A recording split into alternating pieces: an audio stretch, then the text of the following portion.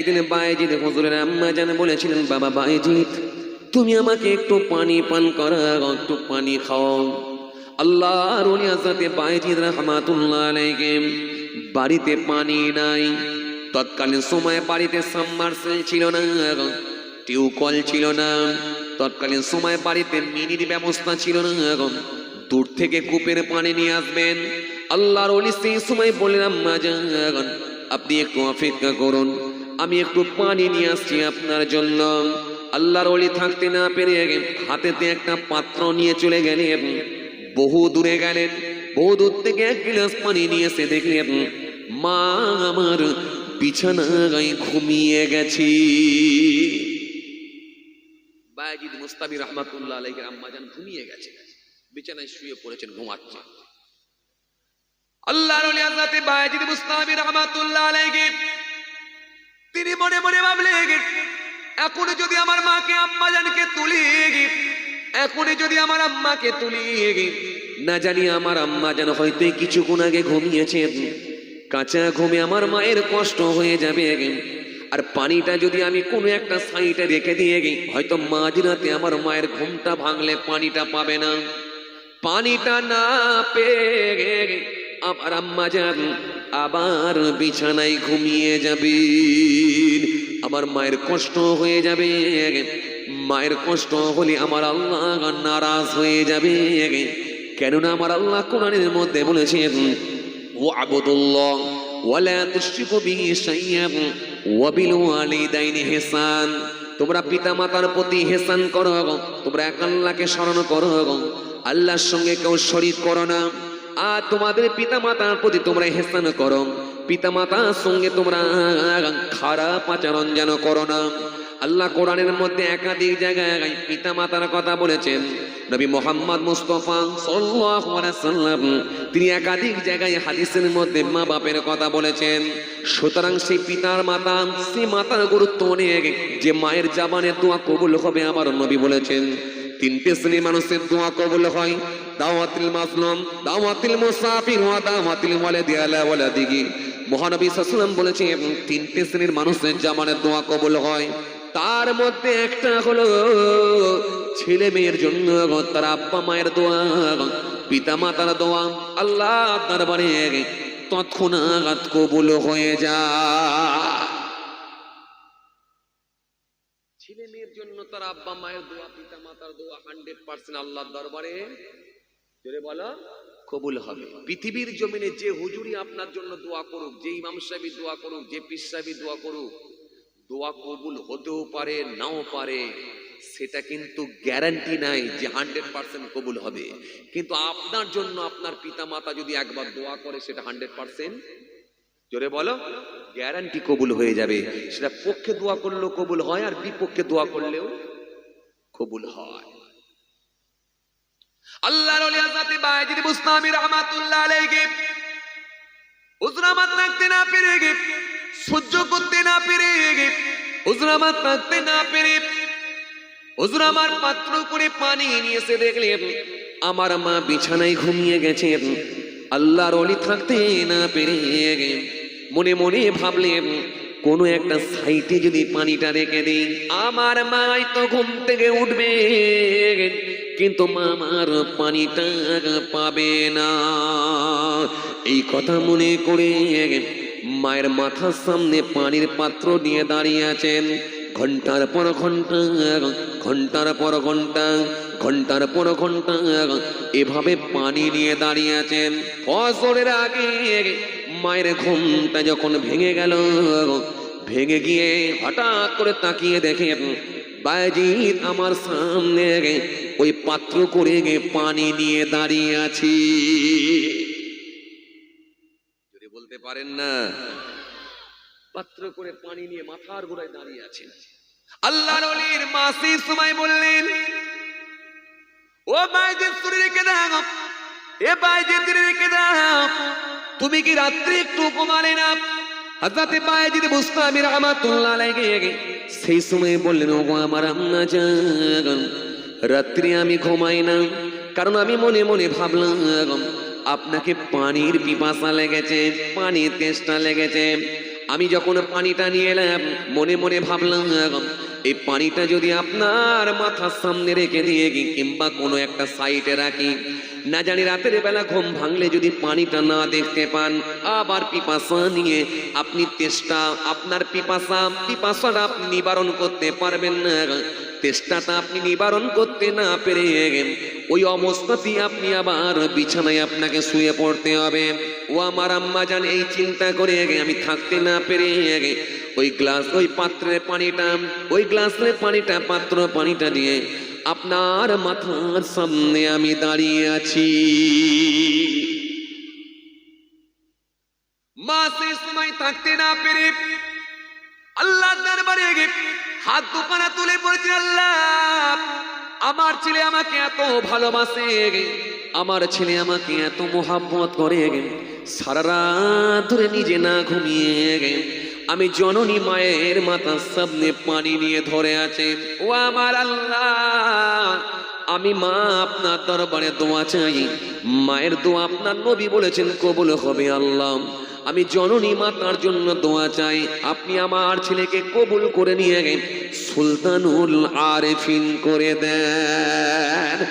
আরো জোরে বলেন, আরো জোরে বলেন, আরো জোরে বলেন।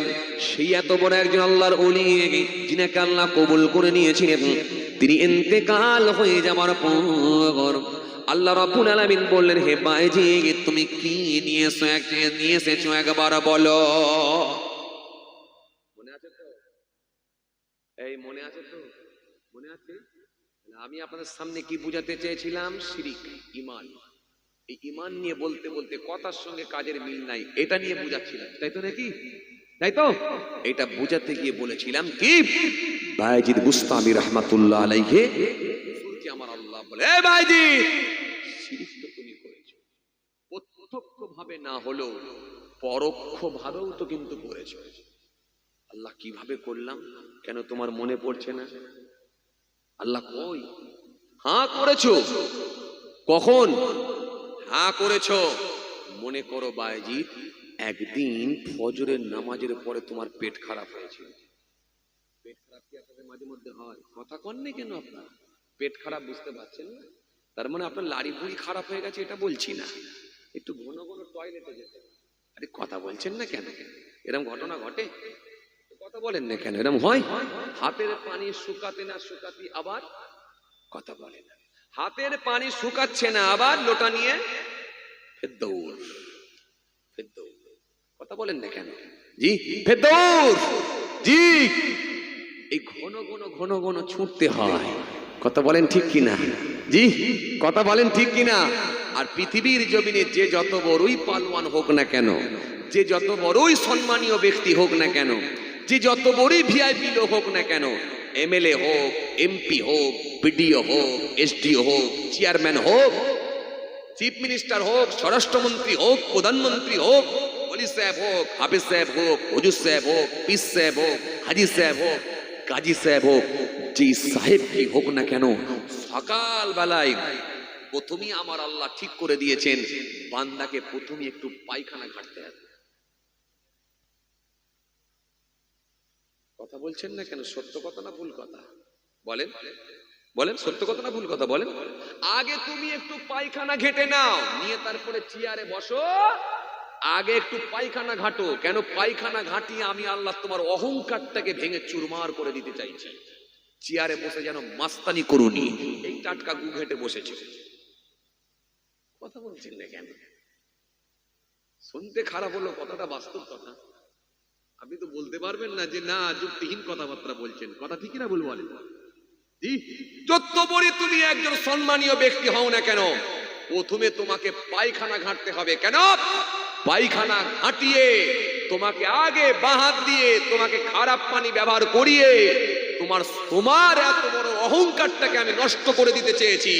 এরপরে তুমি চেয়ারে গিয়ে বসো। কিন্তু মনে রাখো, এই টাটকা তুমি পায়খানা ঘেঁটে এসেছো, বিশাল বড় নিজেকে দাদা মনে করো না।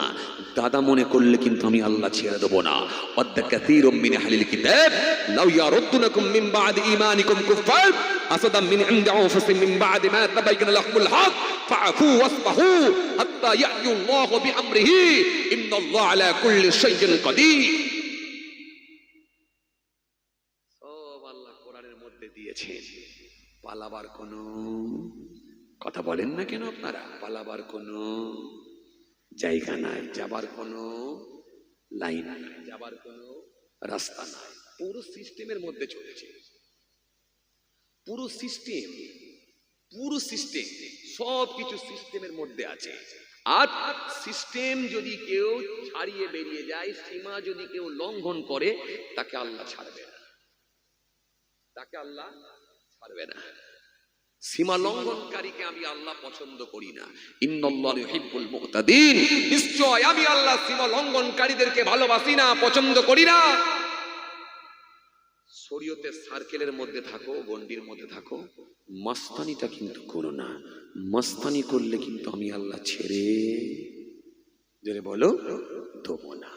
ছাড় দিই কিন্তু ছেড়ে দিই না। কথা বলেন না কেন আপনারা? ছাড় দিই কিন্তু ছেড়ে দিই না। এখন যদি কেউ মাস্তানি করে বলে আমি যে এত নবীর বিরুদ্ধে বলছি, আউলিয়া কেরামদের বিরুদ্ধে বলছি, নবীর বিরুদ্ধে বলছি, তো আমার হাত পা বাঁকে না কেন? দেখছেন না কেন আপনারা? সোশ্যাল মিডিয়া দেখছেন না? বলছে কি বলেন? এখন সে বললে আবার তার হাত পা এক্ষুনি বাঁকতে হবে, মানে পঙ্গু হতে হবে। কি যন্ত্রণাই পড়েছি বলো দেখিনি? হ্যাঁ, এখন আমার হাত পা তাহলে বাঁকে না কেন? আমি যে আউলিয়া কেরামদের বিরুদ্ধে বলছি, খাজা সাহেবের বিরুদ্ধে বলছি, মানে আমি কম বড় মাস্তান নয়, হনু অনেক বড় হনু আমি। কথা বলেন না কেন আপনারা? তার মানে অনেক বড় হনু আমি, খাজা সাহেবের বিরুদ্ধে বলছি, বড় পীর সাহেবের বিরুদ্ধে বলছি, মানে বিরাট ব্যাপার। ফুরফুরা শরীফ পীর আবু বকর সিদ্দিক রাহমাতুল্লাহ আলাইহির বিরুদ্ধে বলছি, মানে বিরাট ব্যাপার। জি, ওসমান হারুনের বিরুদ্ধে বলছি, মানে বিরাট ব্যাপার। বাংলার জমিনে খাজা, বাংলার জমিনে ফুরফুরা শরীফ পীর আবু বকর সিদ্দিক রাহমাতুল্লাহ আলাইহি দাদা হুজুর কেবলার অবদান আছে না নেই বলুন? কথা বলেন।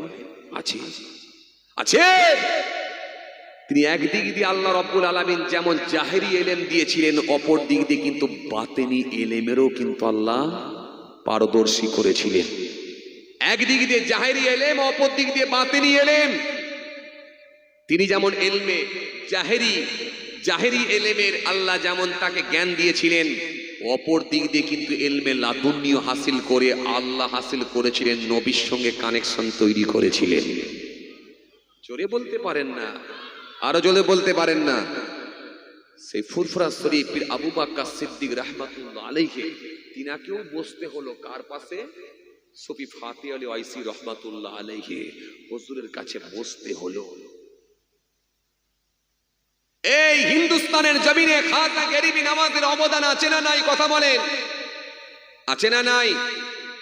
আজকে খাজা সাহেবের মাজারের পাশে যদি কেউ কওয়ালি করে, কেউ যদি ঢোল তবলা বাজায়, কেউ যদি গান গায়, কেউ যদি গীত গায়, এর জন্য কি খাজা সাহেব দায়ী?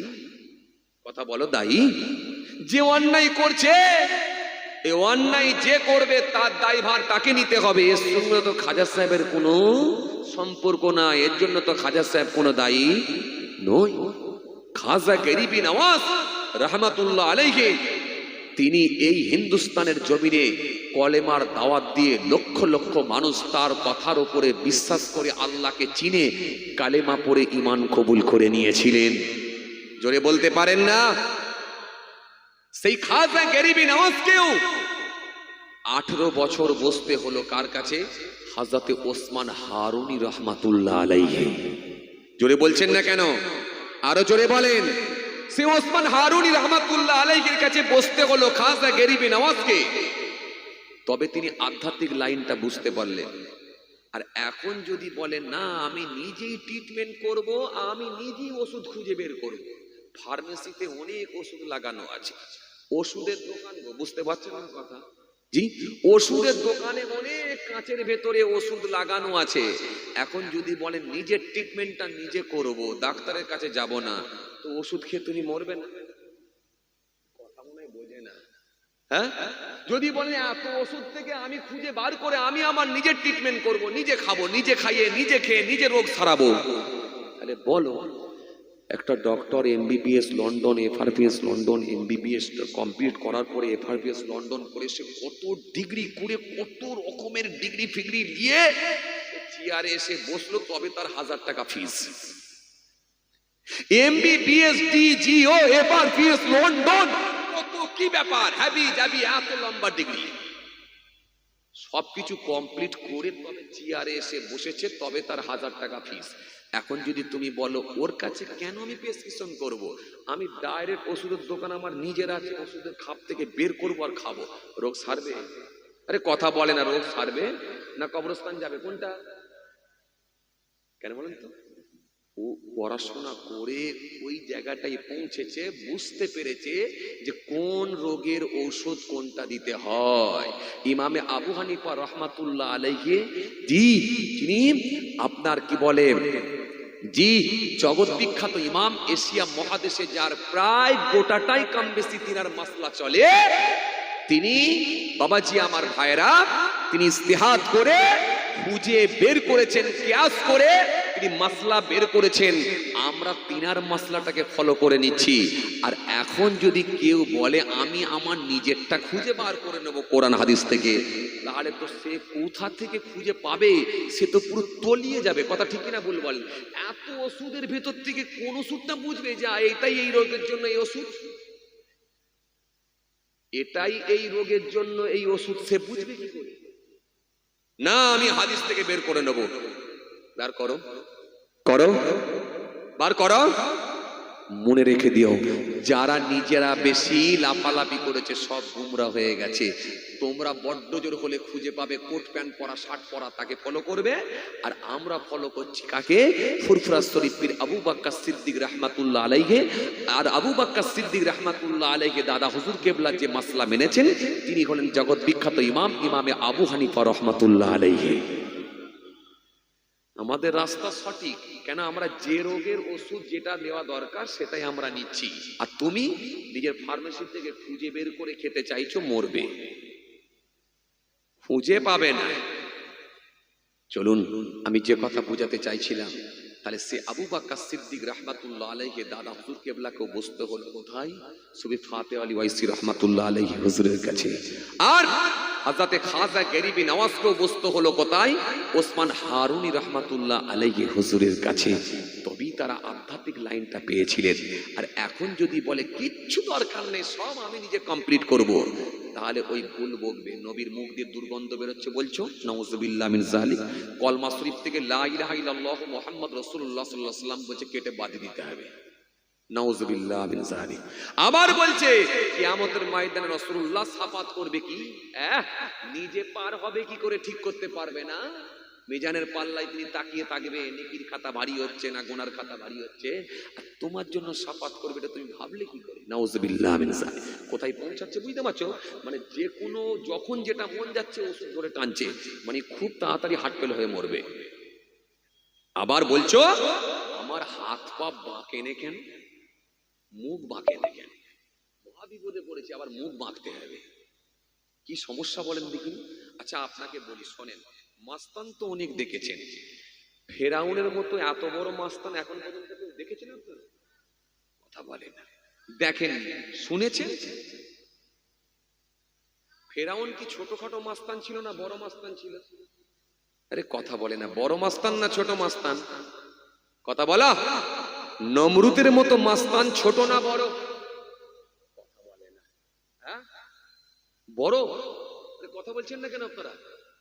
কেমন বড়? হ্যাঁ কেমন বড়?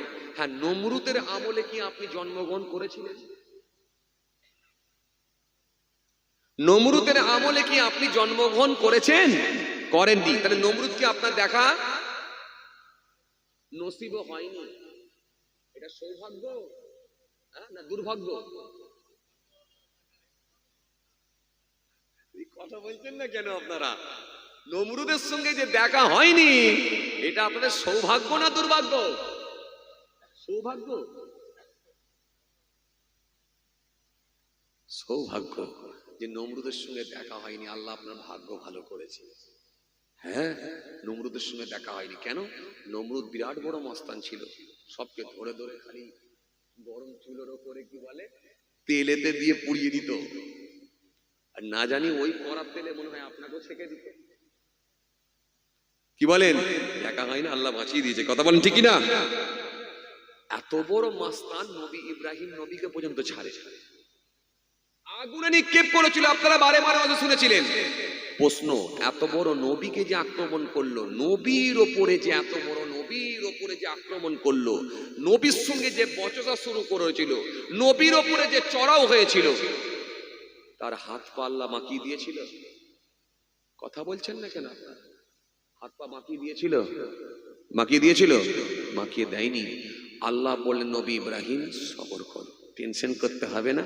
ও আগুনে ফেলছে তো, কিন্তু আগুনটা আমি আল্লাহ তোমার জন্য আরামদায়ক একটা বাগান বানিয়ে দেব। কথা বলেন? ওই আগুনে উ দেবে আগুনে, কিন্তু তুমি থাকবে ফুলের বাগানে। আগুন তোমার কোনো ক্ষতি করতে, জোরে বলো, পারবে না। তবে ইব্রাহিম চিন্তা করো না, মাস্তান হয়েছে, কিন্তু মাস্তানি আমি আল্লাহ সাইজ করব। কত বড় দাদা হয়েছে, ও দাদাগিরি আমি ছুটাবো। কোরআনের তাফসীর পড়ুন, আলাম তারা ইলাল্লাযী হাজ্জা ইব্রাহিম ফি রাব্বিহি আন আতাহুল্লাহুল মুলক إذ قال إبراهيم ربي الذي يحيي ويميت قال أنا أحيي وأميت قال إبراهيم فإن الله يأتي بالشمس من المشرق فأت بها من المغرب فبهت الذي كفر والله لا يهدي القوم الظالمين। তৎকালীন সময়ে মনে রাখবেন, সারা পৃথিবীতে মোট 4 জন বাদশা ছিল। কজন? জোর করে বলেন কজন? 4 জন। 2 জন ছিলেন মুসলমান আর 2 জন ছিল বেঈমান। মুসলমানদের 2 জনের নাম কি? একজনের নাম শুনেন জুলকারনাইন, আর একজনের নাম হলো হযরতে নবী সুলাইমান আলাইহিস সালাম। 2 জন। আর বেঈমানদের ভিতরে 2 জনকে, একজনের নাম হলো বাখতে নাসর, আর একজনের নাম কি? আর একজনের নাম হলো নমরুদ। সব থেকে টপ র্যাঙ্কের মাস্তান ছিল নমরুদ। পূর্ব থেকে পশ্চিম প্রান্ত পর্যন্ত দখল করেছিল, উত্তর থেকে দক্ষিণ দিক পর্যন্ত দখল করেছিল। গোটা পৃথিবীটাই তার হাতের মুঠোয় নিয়ে চলে এসেছিল। এত লম্বা আল্লাহ তাকে হায়াত দিয়েছিল, 1700 বছর, অর্থাৎ 1700 বছর লম্বা একটা হায়াত পেয়েছিল। মাস্তান শেষে আকাশের মালিক হব বলে নিজেকে দাবি করেছিল, নিজেকে খোদা বলে দাবি করেছিল। এত বড় মাস্তানকে আল্লাহ মারলেন শেষে কি দিয়ে? বলা, ছোট্ট মশা দিয়ে ফিনিশ করে। তাহলে আল্লাহ ধরে না, কিন্তু যখন ধরবে তখন কিন্তু আর ঘাস খেতে আর উঠতে হবে না। এই জন্য বেশি বার বারো না, সাইজ হয়ে যাবে সময়ের অপেক্ষা।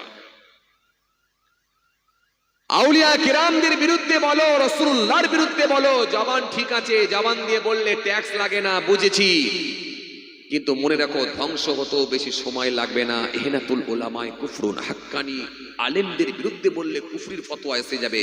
আর তুমি আল্লাহর ওলিদের বিরুদ্ধে বলো, নবীর বিরুদ্ধে বলো, তুমি কোন জায়গায় আছো আমি তোমাকে নিয়ে আর বেশি ডিটেলস আলোচনা করতে চাই না। কিন্তু একটা জিনিস মনে রাখো, আউলিয়া কিরামদের সম্মান, রাসূলুল্লাহর ইজ্জত আল্লাহ নিজে বাড়িয়ে দিয়েছেন। জোরে বলো, আমার নবীর ওপরে কারো সম্মান হতে পারে না। সেই রাসূলুল্লাহকে নিয়ে তুমি ছেলে খেলামো কথা বলছো। মনে রাখো তোমার ঈমান আকীদা কোন জায়গায় পৌঁছাচ্ছে আমি বলতে পারবো না, তবে একটা কথা মনে রাখো, নিঃশ্বাস বন্ধ হলে তুমি নিজেই বুঝতে পারবে কোন জায়গায় আছো। চলেন, কোথায় ছেড়ে এলাম বলেন তো? অজের চ্যাপ্টার কোথায় ছেড়ে এলাম ভাই? বলেন বলেন, ফটাস করে বলেন, কোথায় ছেড়ে এলাম গো? কথা হয় না। হ্যাঁ, কোথায় ছেড়ে এলাম ভাই? কথা বলে না। কোথায় ছেড়ে এলাম? মশা তো অনেক আগে ছেড়ে দিয়ে এসেছি। অজের লাইন যেখানে ছিল, অজের চ্যাপ্টার কোথায় ছিল, কোন জায়গায় ছেড়ে এলাম বলেন বলেন, ফট করে বলেন না। মায়ের দোয়া আল্লাহ কবুল করে নিয়ে সুলতানুল আরেফিন করে দিয়েছিলেন, এটা তো হয়ে গেছিল। জি, কোথায় ছেড়েছিলাম বলুন তো? ঝট করে বলেন, ঝট করে বলেন, কোথায়? টাকা কি আর আপনারা পাবেন? খালি গোলমাল করছেন, এত মানুষ ভুলে যাচ্ছেন। সেই বাইজিদ বুস্তামি রহমাতুল্লাহ আলাইহি, এনাকে আল্লাহ বললেন, হে বাইজিদ তুমি তো শিরিক করেছো, প্রত্যক্ষভাবে না হলেও কিন্তু পরোক্ষভাবে হলেও শিরিক করেছো। এটাই বলেছিলাম কি বলিনি? হ্যাঁ, বলতে গিয়ে কি বলেছিলাম? পেট খারাপ, মনে নেই আপনাদের? পেট খারাপ বলেছিলাম কি বলিনি? পেট খারাপ। কি বাইজিদ বুস্তামি রহমাতুল্লাহ আলাইহি আল্লাহ বলে, হে বাইজিদ বলো, একদিন তোমার ফজরের নামাজের পরে পেট খারাপ হয়েছিল। আল্লাহ তাই বলে, হ্যাঁ। এ তরুণিয়া নৌজওয়ান কেনা,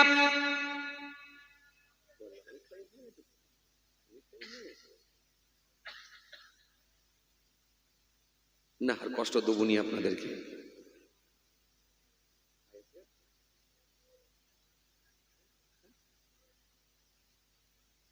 ও এসে গেছে, মাশাআল্লাহ মাশাআল্লাহ মাশাআল্লাহ মাশাআল্লাহ। চিন্তা মুক্ত আমরা সকলে, মাশাআল্লাহ। ফুরফুরা দরবার শরীফ থেকে আমারই মামাতো ভাইজান আলহামদুলিল্লাহ তিনিও এসে গেছেন। আমরা সকলেই চিন্তা মুক্ত, এখনই তিনি চলে আসবেন, চিন্তিত হওয়ার কোনো কারণ নাই। আলহামদুলিল্লাহ, মাশাআল্লাহ মাশাআল্লাহ। তিনি আসবেন, এসে সুন্দর আলোচনা করবেন, বয়ান রাখবেন। আপনারা সকলেই জানেন মাশাআল্লাহ খুব সুন্দর আলোচনা করেন। তাকবীর লাগান একবার, নারে তাকবীর, আরো জোরদার নারে তাকবীর। সিলসিলায়ে মুজাদ্দিদ জামাত। চলুন, যেখানে ছেড়ে এলাম, রে বাবা এখনো আসেন।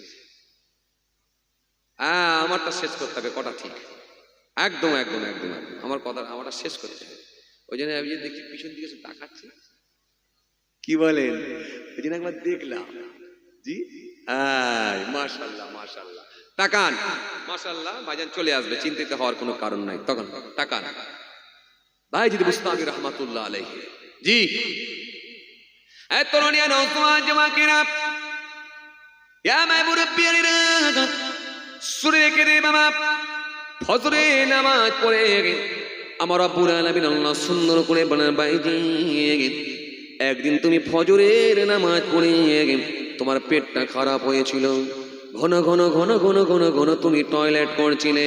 ও বাইজিদ শুনে রেখে দাও, জেনে রেখে দাও, তোমার খাদেমেরা, তোমার মুরিদেরা সেই সময় তোমাকে জিজ্ঞাসা করেছিল, বলেছিল ও আল্লাহর ওলি আপনার শরীরটা একটু খারাপ নাকি?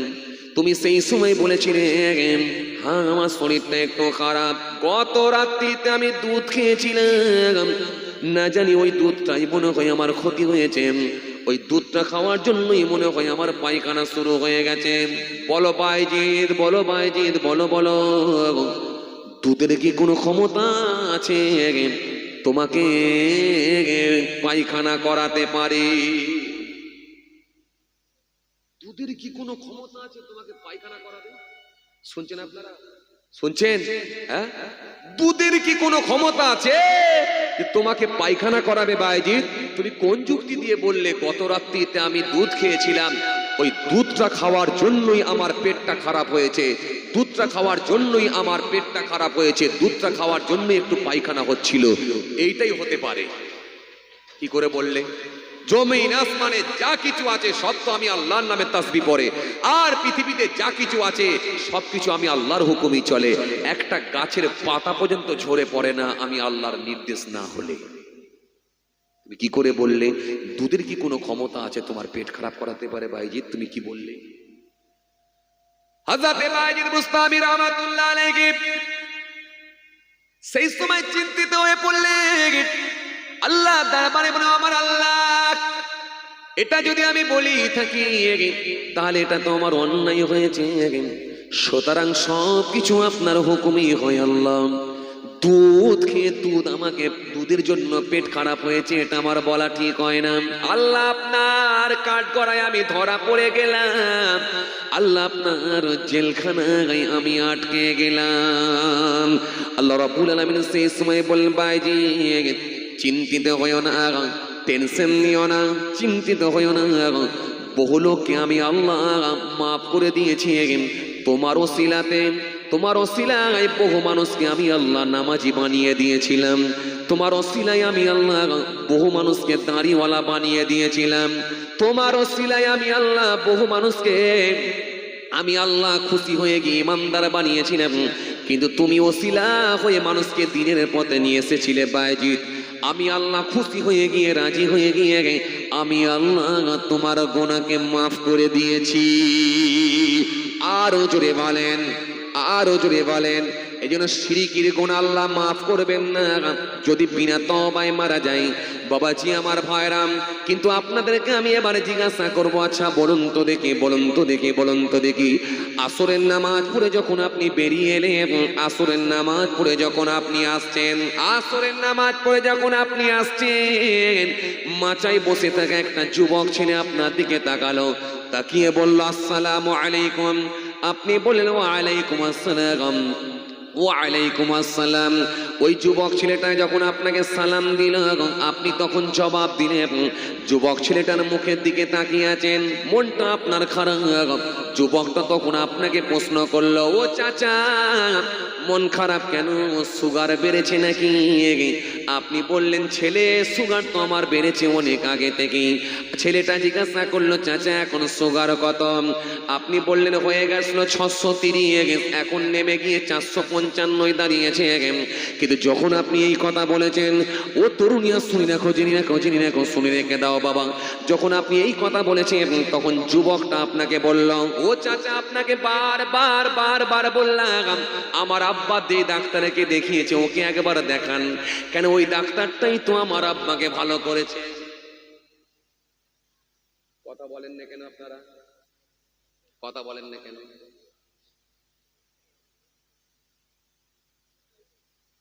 কথা বলেন না কেন আপনারা? ওই ডাক্তারটাই তো আমার আব্বাকে ভালো করলো। বারবার বলছি চাচা একবার ওই ডাক্তারকে দেখান, ওই ডাক্তার আপনাকে ভালো করে দেবে। এরকম কথা বলে কি বলে? কথা বলেন না কেন আপনারা? বলেন বলেন। বায়জিদ বুস্তামি রহমাতুল্লাহ আলাইকে তিনি ভুলবশত বলে ফেলেছেন এইটুকু, কি আল্লাহ এইটুকু বলে ফেলেছেন যে গত রাত্রিতে দুধ খেয়েছি, হতে পারে দুধটা খাওয়ার জন্য হতে পারে, ওটা মনে হয় আমার ভুলই হয়েছে, ওই জন্যই মনে হয় পেটটা খারাপ। আল্লাহ ঝাঁঝাং করে একটা জিনিস মারলেন, ক্রস চিহ্ন মেরে দিলেন, দিয়ে বললেন, বায়জিদ দুধের কি ক্ষমতা থাকতে পারে তোমাকে তোমাকে পায়খানা ফেরাতে পারে? তাহলে আপনি বলুন কি করে বললেন যে ওই ডাক্তার আমার আব্বাকে ভালো করেছে? আল্লাহ ঘ্যাচাং করে ডাক্তার একটা ক্রস চিহ্ন মারতে পারে না?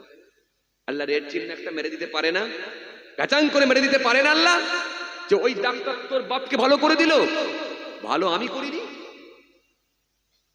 এই জন্য ভালো করেওয়ালাকে আওয়াজ করে বলো, কে ভালো করে?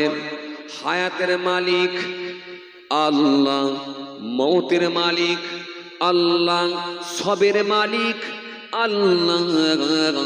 আল্লাহ ছাড়া বান্দার কোনো ক্ষমতা নাই। ফুরফুরা শরীফ আমার কাইয়ুমুজ্জামান আলা হযরত বড় হুজুর পীর কেবলা রাহমাতুল্লাহ আলাইহি হুজুর কেবলা বলতেন, আমি আমার আব্বা জানের মুখে শুনেছি, আমার আব্বা জান বলছেন, বাবা তোমার বড় নানা জানের সঙ্গে আমি জলসায় গেছি, তোমার নানা জান ছোট হুজুর কেবলার সঙ্গেও আমি জলসায় গেছি। আমার আব্বা জান হরিকুলা পীরনগর নাবিয়া সিনিয়র মাদ্রাসার শাইখুল হাদিস ছিলেন। আব্বা জান অনেক নানা জান হুজুর কেবলাদের ঘটনাগুলো বলে, শুনতে বড় ভালো লাগে, মাঝে মাঝে শুনি, জলসা করতে করতে মাঝে মাঝে মনে পড়লে বলি। আমার বড় হুজুর কেবলা বলতেন, কি বলতেন? বড় হুজুর কেবলা বলতেন, বাবা ডাক্তার যদি ভালো করে দিত তাহলে ডাক্তার আর মরতো না, হুজুর পীর সাহেব যদি ভালো করে দিতে পারত তাহলে হুজুর পীর সাহেব তাহলে নিজে আর মরত না।